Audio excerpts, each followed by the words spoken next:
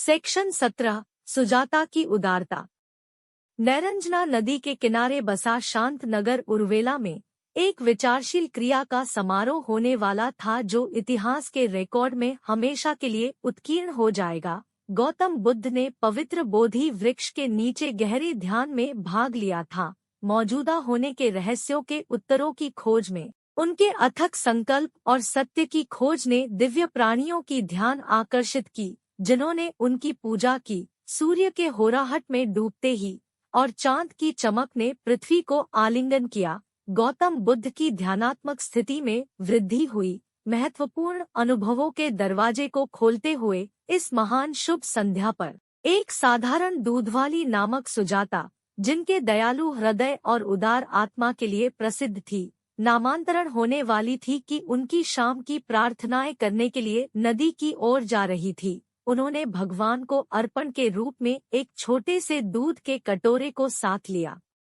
सुजाता जब बोधि वृक्ष की ओर बढ़ी, उन्होंने गौतम बुद्ध की दिव्यता की किरण देखी।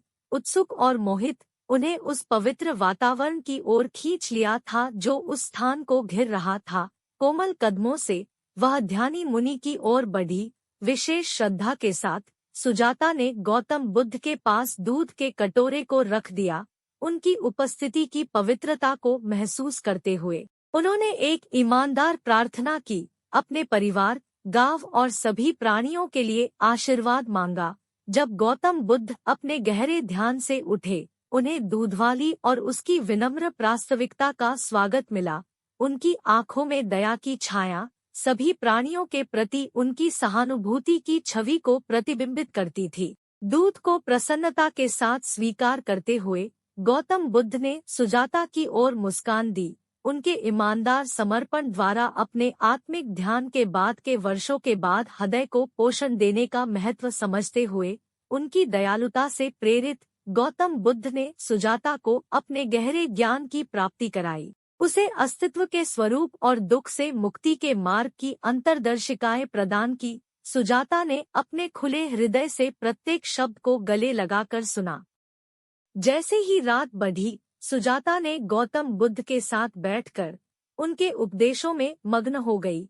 घड़ियां अदृश्य आनंद के क्षणों की तरह गुजर गई और उस पवित्र आदान प्रदान में दूधवाली का हृदय विशाल ज्ञान क्षेत्र के प्रति खुल गया, जिसे गौतम बुद्ध ने बांटा। उस दिन के बाद सुजाता गौतम बुद्ध की विश्वासयात्री बन गई, उनके दयालुता और सहानुभूति के उपदेशों का प्रतीक बन गई। उनका हृदय प्यार से भर गया और वे उन प्रकार के भगवान के प्रति भक्ति और समर्पण से जुड़ गई और उन्होंने उनके ज्ञान को फैलाने के लिए खुद को समर्पित किया। सुजाता की दया और उनकी गौतम बुद्ध के साथ दिव्य अनुभव की कहानी उर्वेला नगर और उसके पार फैल गई। उनके सादा दान के कारण उन्होंने उदार समर्पण की प्रतिष्ठा प्राप्त की और दयालु क्रियाओं के महत्वपूर्ण प्रभाव को संकेत बना दिया। उर्वेला नगर एक पवित्र तीर्थस्थल बन गया, जो खोजकर्ताओं और श्रद्धालुओं को प्राणियों की महत्वपूर्ण बोधि वृक्ष की कृपा और दयालु मुनि के ज्ञान की कामना करने के लिए आकर्षित करता था।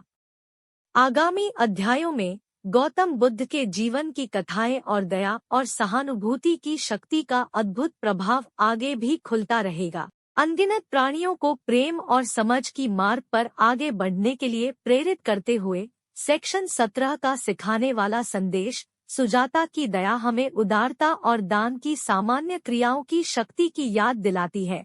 यह हमें सिखाता है कि छोटी छोटी उपकारी चीजों का भी महत्व होता है और इनका गहरा प्रभाव हो सकता है। महत्वपूर्ण ज्ञान और परिवर्तन के द्वार खोलकर यह कहानी हमें यह प्रेरित करती है कि हमें एक सहानुभूत हृदय के साथ जीवन को निरीक्षण करना चाहिए, सभी प्राणियों की पवित्रता को मान्यता देना चाहिए और निःस्वार्थ देने की अपेक्षित भलाइयों में दिव्य अनुभवों की संभावना को पहचानना चाहिए।